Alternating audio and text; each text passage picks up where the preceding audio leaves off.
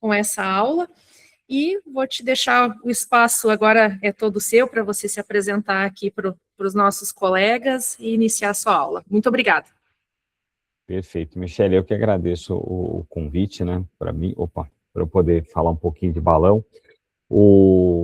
Para quem não me conhece, eu de formação sou cardiologista, né, eu coordeno uma unidade cardiológica intensiva aqui na Beneficência Portuguesa, no Mirante, São Paulo.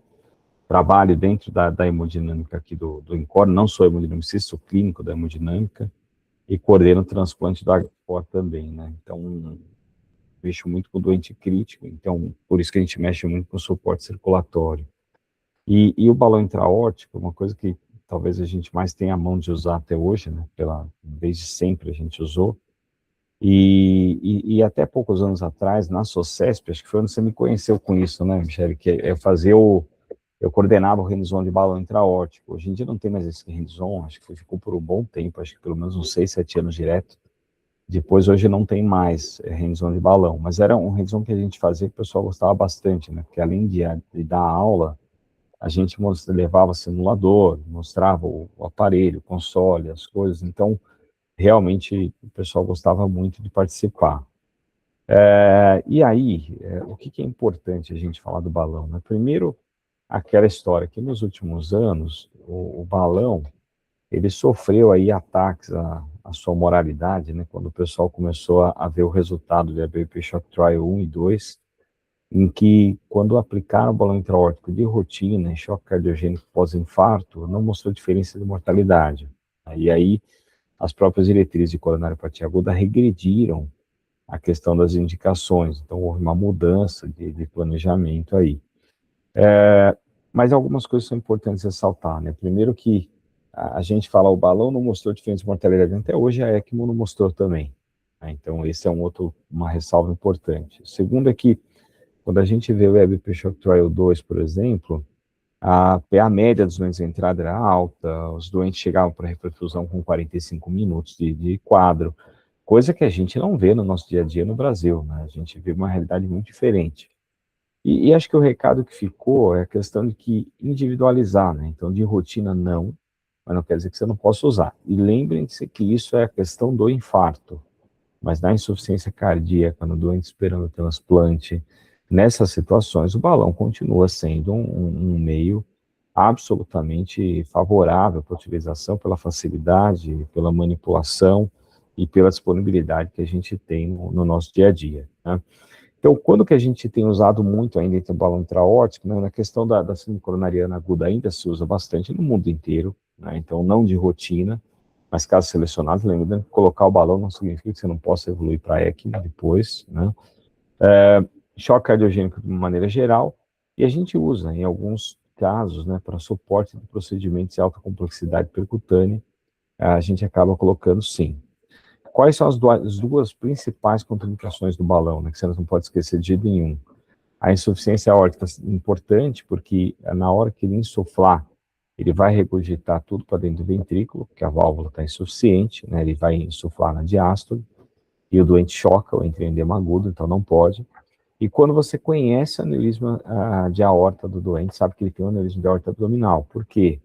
Porque o balão fica abaixo da subclave, acima da renal, né, na aorta, na descendente, e ele pode realmente dissecar o doente. Então, essas duas contraindicações principais que a gente vai ter, né? Essa é uma das figuras mais importantes que a gente fala, que é uma balança, né? A gente entender que o objetivo de terapia é aumentar a oferta e, ao mesmo tempo, reduzir demanda. Então, acho que as pessoas mais erram, talvez, quando estão programando o balão intra-aórtico, é lembrar que você tem que aumentar a oferta, que vai se refletir no ganho, vou mostrar isso mais para frente, mas elas esquecem que a gente tem que reduzir demanda, e reduzir demanda significa reduzir pós-carga. Então, isso é muito importante, né? Lembrar que a gente trabalha na redução, né, no equilíbrio dessa balança, é super importante para que a gente possa mexer com realmente um resultado do doente e ter melhora da terapia que a gente está fazendo. Lembra que quando vocês vão passar o balão de maneira super rápida, só para lembrar que vocês, né, vocês têm que escolher o tamanho correto. Então, o balão ele tem tamanhos diferentes. Geralmente, você vê na caixa, você tem a altura do doente e o respectivo tamanho do balão do lado que você tem que colocar. é importante para que o balão acople da maneira correta no doente, faça a assistência adequada que o doente precisa receber. Então, sempre escolha o balão do tamanho correto. A passagem do balão intra-aórtico, geralmente a gente faz beira-leito, a gente faz na inguinal, e aí você marca, né, da ponto de punção até a cicatriz umbilical, dali até o manubrio, para mais ou menos saber o quanto tem que entrar, e depois lembrar que a ponta radiopaca a gente vai acabar de ajustar a altura com a radiografia, até porque a gente usa uma camisinha que a gente pode mexer com o balão lá dentro, então pode mudar a altura dele a depender da posição. Ou a gente passa na escopia você passa direto, então você consegue ver a posição e já fixar o balão naquele momento.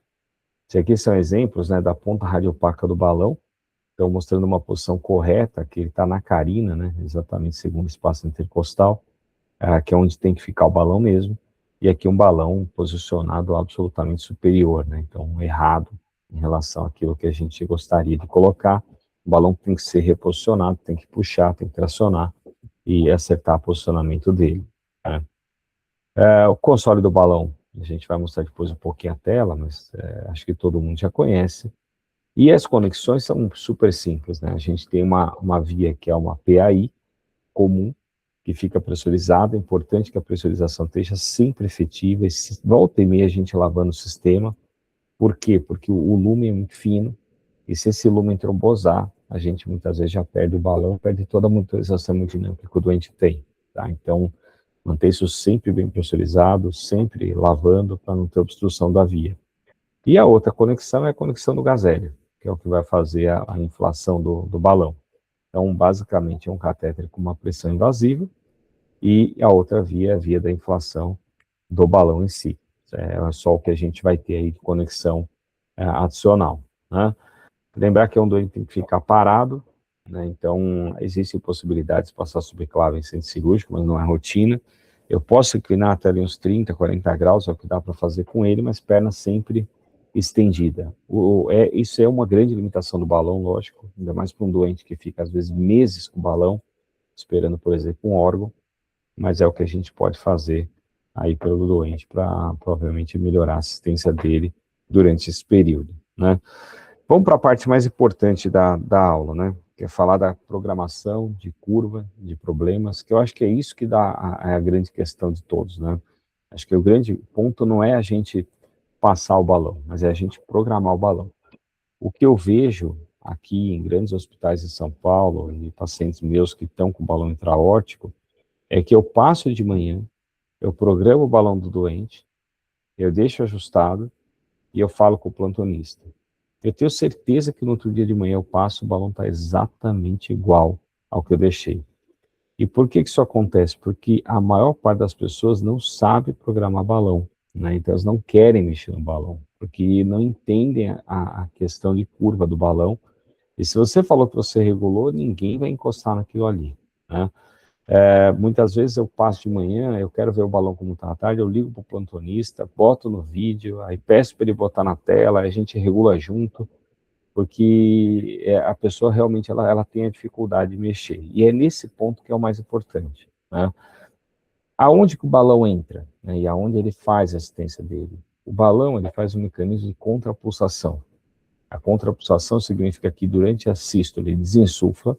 Quando ele desinsufla, ele faz como se fosse uma aspiração, efeito Venturi, né, para ajudar a puxar o sangue. E durante a diástole ele insufla. Quando ele insufla, ele prende sangue tanto na crosta, né, que vai melhorar a perfusão carotídea coronariana, quanto ele joga sangue para baixo. Então, ele faz esses dois mecanismos. Dessa forma, ele vai insuflar exatamente no nó crótico e vai desinsuflar ao final da diástole. Então, esse é o período que você vai ter de inflação no balão, né? Essa talvez seja a figura mais importante da aula e daquilo que a Michelle quer que talvez vocês entendam da questão de curva, né? Vejam, uma curva normal de PAI é essa curva aqui, né? Então, a pressão bate 80 de diastólica, sobe a 110 sistólica, desce, atinge nó crótico, e depois ela volta a descer e bater de novo 80, e assim a curva vai se repetir consecutivamente, né? O que muda quando a gente tem um balão intraórtico? quando a gente tem um balão intraórtico, a ponta aqui vai bater no nó dicrótico. Quando bate no nó dicrótico, o balão insufla. À medida que o balão insufla, a gente, em vez de seguir a curva para baixo, a gente passa a ter um aumento, um incremento de curva, que a gente chama de ganho diastólico, esse ponto aqui. Normalmente, o ganho diastólico é o quanto você está oferecendo a mais de pressão na crosta da aorta para o doente, para a coronária e para a carótida. Né? É isso que a gente está enxergando aqui. A gente diz que o ideal é em torno de uns 20 milímetros de mercúrio, mas o importante é que você tenha ganho nessa posição. Mas lembra que eu mostrei aquela balança no começo? Eu falei que o ideal é quando a gente equilibra os dois lados. A gente aumenta a oferta, mas eu tenho que reduzir a demanda. E reduzir demanda é isso aqui. É quando eu comparo o batimento assistido com não assistido, a minha pressão diastólica final do batimento assistido, ela é menor do que o batimento não assistido. O que significa que na hora que ele desinsufla e puxa o sangue, ele diminui a pós-carga, ou seja, ele diminui o trabalho cardíaco. E por que isso é tão importante da gente ver? É importante porque as pessoas não enxergam isso, não sabem dessa parte, e ficam olhando só ganho. E muitas vezes o doente pode estar com um ganho bom, mas aumentando o trabalho cardíaco aqui embaixo. E se você fizer isso, é uma situação que você passou o balão, o doente continua piorando, está em choque refratário, e você não entende por que isso está acontecendo, ou acha que o balão teve falha terapêutica, e muitas vezes não é só a regulagem do balão que realmente não está da maneira correta. É isso que a gente vê na prática clínica. Né? Então, vejam, isso aqui é um balão sincronizado, que a gente coloca ele para rodar aqui, ele está em 1:3, significa que você tem um batimento assistido para cada 3 batimentos que rodam. Né? Então, esses dois não estão assistidos aqui. Né? Esse é um ponto importante, porque quando eu volto até naquela figura aqui anterior, uma coisa relevante é que quando eu chego para um residente nosso aqui, mostro o balão funcionando 1:1 e pergunto para ele se o balão está programado da maneira correta, quando eu sei que o residente não sabe, é quando ele olha para a tela e fala, tá bom. Por quê? Porque em 1:1, a gente não tem como saber se está correto. A única maneira de eu saber se o balão está correndo da maneira correta é quando eu jogo em 1:2 ou 1:3 e comparo batimento assistido com o não assistido. É só assim que eu consigo ver essa diferença aqui, senão eu não vejo. Né? Então, vejam, para todo mundo que está vendo a aula, quando vocês veem um balão em 1:1, vocês nunca podem olhar a tela e dizer o balão tá bom. Não, o balão não está bom, você não viu, você não comparou. Né? Então, sempre é importante a comparação do assistido com o não assistido. E aqui é um exemplo, né? Isso aqui é uma coisa grosseira, mas é uma sincronização considerada ótima. Né? Por quê? Porque eu tenho um aumento do ganho comparativo ao meu batimento, a minha sístole prévia, e inclusive há uma queda da sístole posterior, e eu tenho uma queda da pós-carga, né? Com a utilização do balão, comparativamente aos batimentos não assistidos. Então, eu tenho redução de demanda e, ao mesmo tempo, aumento de oferta. Ou seja, é um balão que, aparentemente, como eu falei aqui, um modo mais grosseiro, mas ele está bem regulado. Né? Vamos ver esse aqui. Né? Então, esse aqui é um primeiro erro de sincronização que volta e meia a gente vê, em que é interessante que vocês entendam o que pode estar acontecendo aqui. Se vocês quiserem dar opinião, né, olhando a curva que está aqui, eu sei que vocês vão falar, mas você acabou de falar que tem que ser 1:2, 1:3, essa curva está em 1:1. Está em 1:1. Todo o batimento aqui está assistido. Mas o que vocês acham que está acontecendo aqui? Alguém quer falar alguma coisa ou dar opinião?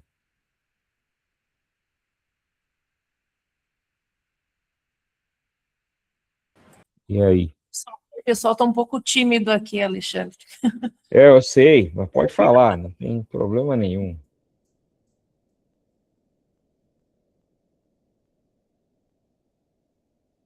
E aí? Alguém respondeu que a entrada do balão, ela está muito precoce. Deixa eu ver. É isso. É isso aí. É lógico que quando a gente joga em 1:2, 1:3, a gente enxerga isso melhor, né? Mas a inflação desse balão, a insuflação desse balão está muito precoce. É exatamente isso. Então, veja que a gente tem aqui a sístole, ele não chega no nó necrótico, ele já insuflou, né? Já está entrando aqui. Qual que é o problema disso? Você tem ganho, veja que você está dando ganho para o doente. Então, você olha para essa curva, você vai falar, pô, o doente está conseguindo melhorar a perfusão coronariana, carotídea. Mas você ainda está contraindo o coração e ejetando, e você já insuflou o balão, ou seja, você criou uma barreira à ejeção. Então, essa é uma das situações em que a tua pós-carga aumenta, então aquela demanda vai aumentar, e o doente piora com o balão intraórtico. Então, você acaba literalmente matando o paciente utilizando o balão.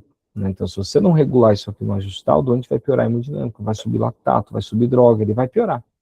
Eu criei uma barreira para a sístole do doente. É essa a definição do que vocês estão vendo aqui. E esse aqui, o que vocês acham que aconteceu? Vamos lá, alguém chuta aí de novo. Vai que esse é mais fácil, hein?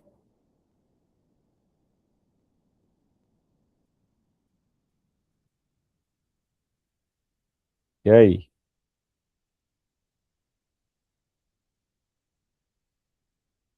Alguém tem alguma ideia?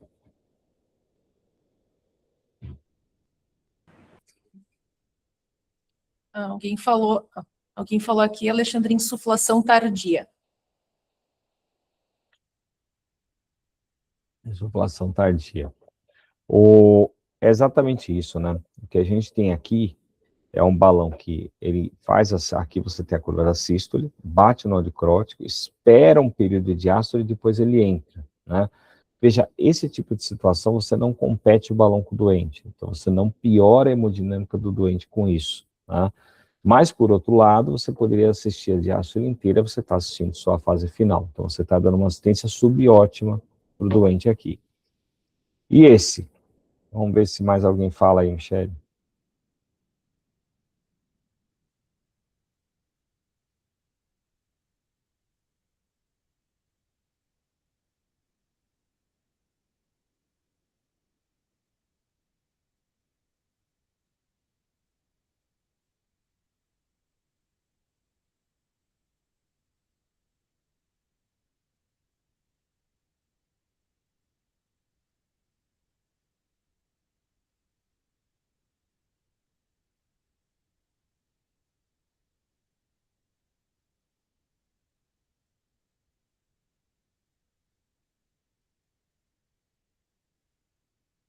E aí?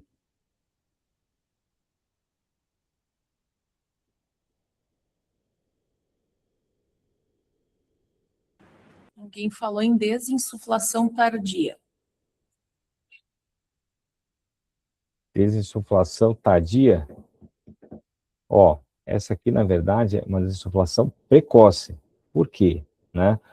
Veja que, primeiro, é muito errático o ganho, né? Então, aqui a gente vê, né, Michele, você tem inflação aqui você não está dando ganho nenhum, aqui no final entra um pouquinho de ganho, tá vendo? Então, ele acaba não sendo uma coisa bem regular, né? Mas o que a gente consegue perceber bem aqui, ó. Então, você tem a sístole, bate no adicrótico, aí você tem a inflação, e em vez de você fazer a inflação até o final da diástole, ela já acaba por aqui. Aí você passa a ter uma diástole, uma final da diástole não assistida. Por isso que ele faz uma deflação mais precoce que o habitual, né? Qual que é a questão aqui? Né? Você veja, você poderia também assistir a diástole inteira, você faz só o começo. Então, não estou competindo com o doente, não estou piorando a hemodinâmica, mas o grau de assistência que eu dou é menor. Então, eu faço assistência esse período e deixo de fazer o período final. Né? Então, por isso que eu acabo fazendo uma assistência menor do que eu gostaria de ter feito. Né? E esse último aqui, só faltou um agora tá moleza, né? Qual que é esse?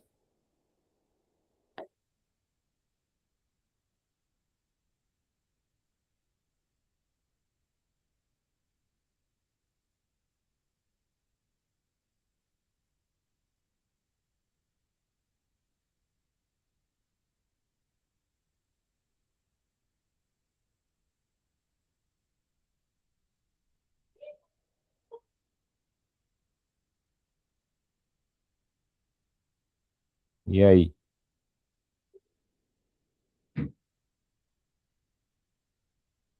alguém respondeu que agora sim seria deflação tardia. Agora sim, é difícil de ver aqui, né? Mas esse aqui talvez seja o erro que mais engana todo mundo no beira-leito. Por quê? Veja que você tem a sístole, você vem até o nó necrótico, o balão entra, e é uma das situações que mais você vai ter ganho. Então, quando as pessoas olham uma curva dessa, geralmente elas elogiam a programação e vão achar que o balão está ótimo. Só que não está. Se a gente pausar esse balão e olhar o intervalo onde ele marca a saída, né, ou jogar em 1 para 2, 1 para 3 e analisar a pós-carga desse doente, o que a gente vai notar é que esse doente está numa deflação tardia. O que significa isso, pessoal? O balão insuflou no momento correto, está insuflado. A diástole terminou, eu comecei a fase mais efetiva de contração da sístole e ele ainda está insuflado. Então, eu crio uma barreira para a fase inicial da sístole, no qual eu estou contraindo o coração do doente, mas ele não consegue ejetar, porque ele tem uma barreira na aorta, né? Você tem um pico enorme de pressão na crosta, porque o sangue não consegue ir para frente, por isso esse ganho tão grande que a gente vê aqui, mas a tua pós-carga explode. E igual à inflação precoce, a deflação tardia é uma situação que o doente morre também pelo uso do balão intra-aórtico de maneira inadvertida. Então, são as duas situações que a gente tem que estar muito ligado de não deixar acontecer. Porque inflação precoce e deflação tardia pioram muito a hemodinâmica do doente. E volto a dizer, essa é a que mais engana, porque é aquela que a pessoa olha, acha que está bom porque a entrada está no nó necrótico, acha que está bom porque tem ganho, e o ganho é muito grande, mas a hemodinâmica do doente está afundando porque a pós-carga que você criou, ela está absurdamente excessiva. Né? Então esse é um problema grande que a gente tem. Vejam, esse é um caso real, né, de um paciente que estava aqui no ENCORE internado e que está com o balão intra-aórtico. E eu deixei rodando, ele está em 1 para 2, se vocês repararem, né, então a curva está rodando aqui, um batimento assistido para um batimento não assistido. E eu gravei a tela para que vocês vejam aquilo que a gente acabou de falar na aula na prática. Né? O que a gente nota aqui que fica claro? Primeiro, quando eu estou na tela no console, o console, quando eu ponho 1 para 2 ou 1 para 3, ele abre para mim a possibilidade de comparação em números das pressões que eu tenho. Isso é uma coisa importante de vocês verem. Né? Outra coisa é lembrar do padrão do balão. Quando eu ligo o balão, geralmente ele corre por eletrocardiograma. Né? Eu posso programar em outros modos, posso programar por pressão, por marca-passo, aí depende se está tendo arritmia, se não está, são situações diferentes. Mas geralmente ele vem pelo eletro. Né? Agora, quando eu olho aqui, o que eu noto? Né? Então, quando eu pego e olho a inflação do balão, quer dizer, aqui eu tenho a sístole, eu bato no nó necrótico, o balão insuflou. Ele está me dando ganho? Tá. Então, eu estou indo de uma sístole aqui que está batendo 96 para 110. Então, eu estou tendo ganho. Pode não ser um ganho enorme, mas ele está dando um incremento de ganho aqui. Né? E aí, quando eu comparo a pressão diastólica final após o balão insuflar com a pressão diastólica final de um batimento não assistido, a minha pressão diastólica final aqui ela é menor. Então, eu olho aqui como ela vai 49, que seria esse ponto, para 57 no não assistido. Então, eu estou reduzindo. Né? Então, eu tenho redução de demanda e eu tenho aumento de ganho, né, de oferta. Ou seja, esse balão, eu posso dizer que aparentemente ele está bem regulado. Né? E se eu pegar esse balão do jeito que está agora e colocar em 1 para 1, agora eu posso deixar rodando, porque eu sei que a assistência eu estou dando e que eu não estou prejudicando o meu doente. Então, vejam que está tudo ok. Né? Mas tem uma pegadinha nesse caso, que se a gente ajustar, ele melhora muito a maneira da curva aparecer. Né? E eu queria dar um minuto para vocês verem essa tela, falarem para mim qual que é a pegadinha, o que vocês fariam para melhorar a curva desse balão aqui. Ele não está ruim, eu posso deixar em 1 para 1 do jeito que está, eu estou dando ganho, estou reduzindo pós-carga, não estou prejudicando o doente, muito pelo contrário, estou dando assistência, mas ele pode melhorar, e eu vou mostrar isso para vocês. Eu só queria ver o que vocês acham que daria para melhorar nessa tela, se alguém consegue pegar isso. E já vou dizer que é pegadinha mesmo, porque não é fácil. Podem ver aí, vou dar uns 30 segundos aí, um minuto para vocês darem uma olhada.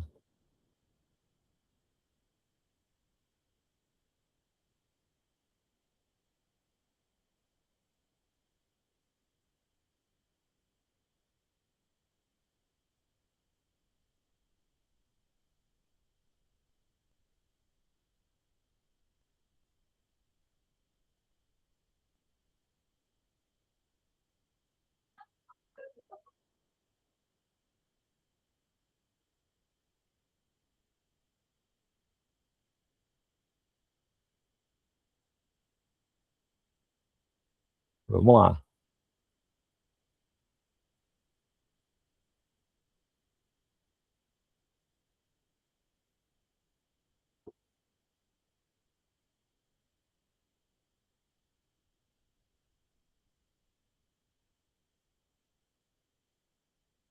Alguém tem alguma sugestão? Nada. Ninguém falou nada, Michele? Não, ninguém falou, Alexandre. Te confesso que eu Ó, também não vi. mas é pegadinha mesmo. Tem um detalhe importante aqui. Lembra que eu falei no começo, quando eu mostrei essa tela, que eu posso, o padrão da minha programação, ela é o elétrico, né? Mas aí eu posso migrar para outros padrões. Qual que é a questão? Aqui ele está programado por elétrico, o disparo está por elétrico, não trigger. Só que esse paciente aqui, ele tem um detalhe, ele tem um ressincronizador, tá vendo esse espícula, né? Então ele está trabalhando com marca-passo. Qual que é o problema? Quando o doente trabalha com marca-passo, muitas vezes o balão interpreta a espícula como QRS, e ele entra um pouco diferente, um pouco mais precoce do que deveria. Veja que eu vou só mudar a programação do doente para marca-passo, que é o que vocês estão vendo aqui agora, né? O incremento de curva foi absurdo, né? Eu saí de 110 para 121 de ganho, e eu abri um delta de redução de diastólica de 11, né? Então, eu não mudei mais nada nesse doente. Então, se vocês voltarem no anterior, está aqui, né? Mas o incremento de ganho que ele teve com a mudança de trigger foi enorme. Então, a gente só mostra isso para vocês verem que às vezes é um detalhe pequeno, mas a programação muda muito a curva. E eu gosto de colocar essa tela aqui para vocês entenderem, porque muitas vezes as pessoas veem a aula e falam assim, mas isso aqui na prática não dá para fazer, na tela, no console, não aparece desse jeito. Não, aparece sim, só que é uma foto do console, eu mostrei até o console rodando, né? Então, só para mostrar para vocês que a gente faz exatamente isso, a gente olha exatamente isso para regular, né? E como é possível a gente ver tanto o aumento do ganho, quanto a redução de pós-carga, e poder dizer, olha, esse balão está regulado correto, não está, eu posso colocar em 1 para 1, dar assistência adequada ou não. Como que eu regulo o balão? Nessa tela, né? Isso aqui é um modelo de um dos consoles de balão que a gente tem, né? E o que normalmente a gente faz? Vejam, eu posso rodar um balão em automático, acho que metade das vezes que eu ponho em automático ele roda muito bem, mas quando a curva não fica bem, eu tenho que rodar no manual e eu tenho que regular a curva do balão, né? Se eu pauso o balão, ele fica sem entrar e ele marca a entrada e a saída dele, onde ele está entrando e onde ele está saindo, para você ter uma ideia em relação à curva de pressão invasiva, né? Aqui embaixo é onde eu realmente vou fazer a regulagem do balão. Então aqui eu regulo o sinal de disparo, normalmente é em eletro, mas está com arritmia, está muito taquicárdico, o eletro está perdendo contato, eu posso mudar para pressão. O modo marcar passo para situações como essa que vocês viram agora. Aqui eu coloco a frequência, então quando eu estou dando assistência, é sempre 1 para 1, sempre aumento o máximo de enchimento, né? 1 para 2, 1 para 3 é ou quando eu estou tirando assistência do doente, ou quando eu estou realmente testando programação. E aqui é onde eu faço a regulagem igual um videogame. Então eu jogo inflação para um lado, inflação para o outro, deflação para um lado, deflação para o outro, até eu ajustar minha curva, né? Então, tudo aquilo que a gente foi falando, inflação precoce, deflação tardia, é aqui que eu vou regular. Então é aí que eu vou parar, ficar mexendo para lá e para cá, fazer a regulagem correta até a minha curva ficar boa. E quando a curva ficar boa, é que eu deixo daquele jeito e coloco 1 para 1 para rodar e, obviamente, fazer o balão funcionar da maneira adequada e dar assistência máxima que eu posso dar, né? Lembra que o balão tem suas complicações, óbvio.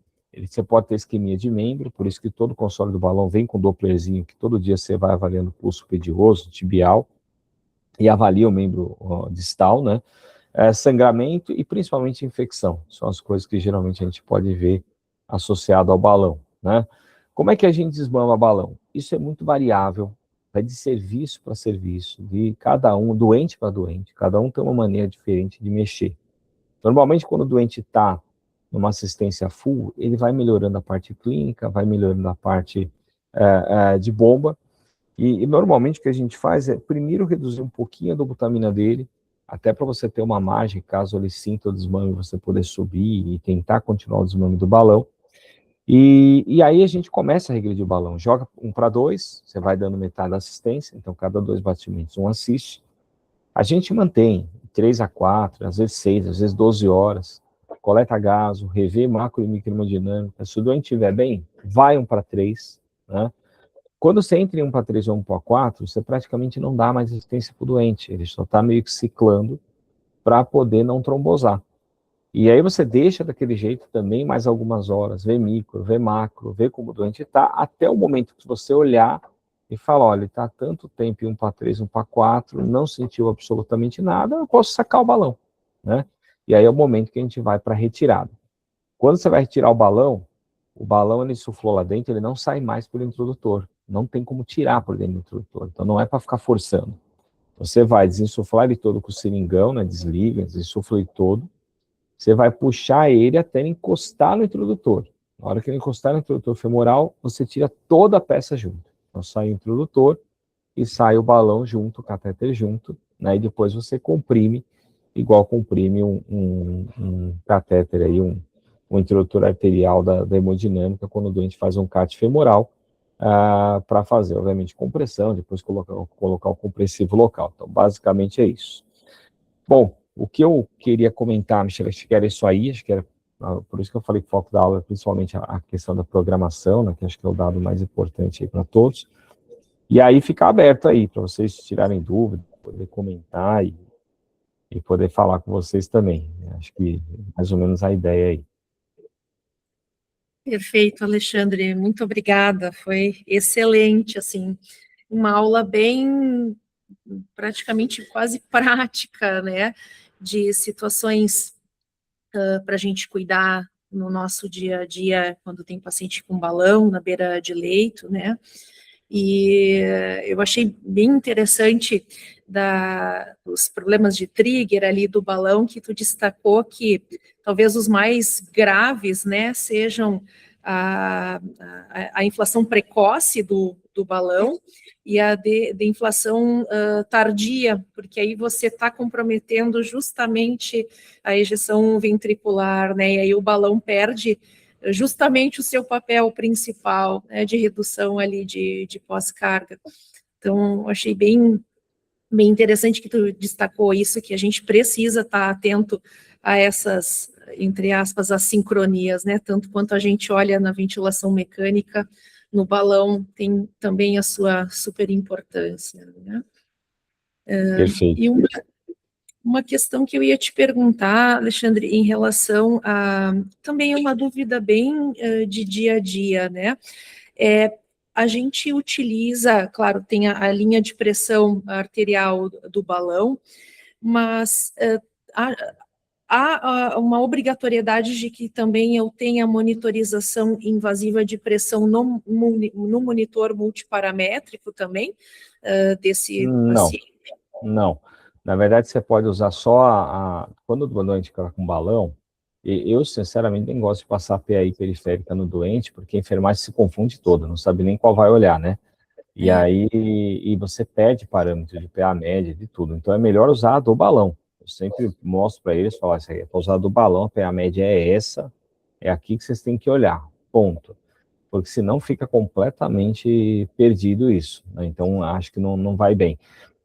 Inclusive, quando ele está com balão, Michele, a gente vai usar monitor de débito, né? É um problema, porque a curva não regula, né? Ele não consegue fazer a regulagem adequada, né, do monitor e fica ruim. Então, mesmo que você conecte uma PAI periférica no monitor, não fica bom. Uma coisa que dá para fazer, a maior parte dos consoles tem, é você conectar uma extensão no console até o monitor do doente. E a curva do balão passa no monitor do doente. Então, isso boa parte dos consoles tem, né? E aí você consegue ter no monitor, onde a enfermagem olha, a curva do balão rodando, entendeu? Então, isso dá para fazer. Então, há mais um motivo para você não precisar pegar um periférico, né? Você não precisa fazer uma PAI periférica e invadir o doente nisso, você já tem a PAI do balão, né? Então, acho que mais ou menos essa que é a ideia, mas não é obrigatório, não. Pelo contrário. A gente evita ao máximo para não fazer outra invasão, de repente isquemia radial, tem outro problema à toa. Perfeito. Beleza, Alexandre. E uma outra dúvida também, Alexandre, em relação ali ao desmame do balão, o tempo de observação desse paciente, né, vou diminuindo, então, a frequência de entrada do balão, ali 1 para 2, para 1 para 3, esse paciente, eu preciso observá-lo em relação à macrohemodinâmica, marcadores de perfusão, quanto tempo eu precisaria estar no processo do desmame para dizer, não, esse paciente, beleza, está pronto para a gente agora tirar dessa assistência, assim? A literatura coloca muito essa coisa de 3 a 4 horas e tudo mais. Eu passo um pouco mais lento. Eu acho que o doente já está com balão há um tempão, não é 24 horas a mais ou menos que vai mudar alguma coisa no doente, entendeu? Então, normalmente, a não ser que você tenha suspeita de infecção, isquemia, algo diferente, mas aí você troca a perna, né?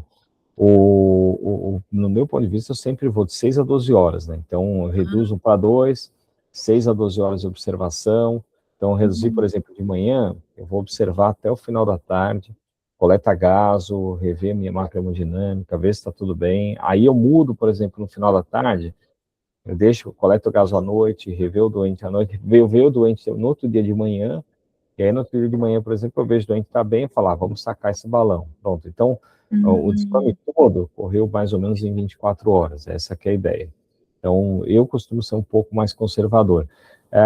Você tem situações diferentes, né? Tem aquele doente que é um pós-infarto, que sai do estado inflamatório, que reperfundiu, a bomba melhora rápido, que às vezes você consegue tirar rápido. Mas numa EC grave desses doentes crônicos, se você for rápido, vai falhar, né? Então, você tem que ir mais devagar. Esses caras não têm reserva, não recuperam, né? Então, se você não for um pouco mais lento, não ter um pouco mais de paciência, às vezes você vai falhar com a retirada do balão. E mesmo, Alexandre, em 1 para 3, por exemplo, aqui é até a pergunta aqui que entrou no chatzinho, mesmo em 1 para 3, eu posso utilizar esse período de maior 6 até 12 horas? Pode. A maior parte dos consoles é 1 para 3, hoje tem muito console que é 1 para 2 ou 1 para 4, e tem console que faz até 1 para 8, na verdade, né? Mas o 1 para 3, 1 para 4, eu acho que a pergunta principal é se é seguro por não trombosar, não dá problema, né?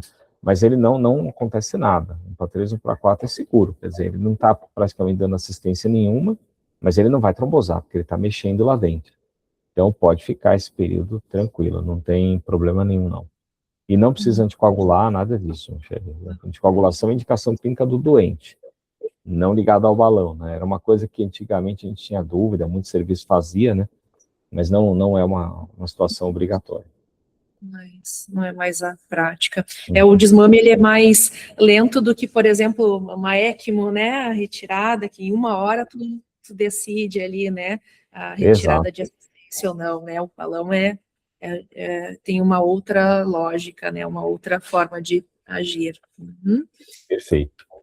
Certo, Alexandre. A gente não teve aqui mais perguntas. Deixa eu ver se pessoal, alguma pergunta? Não? Também, os meus residentes que estão aqui, ninguém para mais perguntas. Então, Alexandre, queria mais uma vez super te agradecer pela tua disponibilidade de ter apresentado essa aula para a gente. Eu que te conheci lá no congresso da SOCESP, num hands-on de balão, que era maravilhoso, foi muito bom, me trouxe um novo olhar de cuidados de balão intraórtico, e aí que eu tive essa ideia de te chamar e apresentar aqui para os nossos residentes da UTI, né, que vira e mexe aparece para a gente aqui um balão.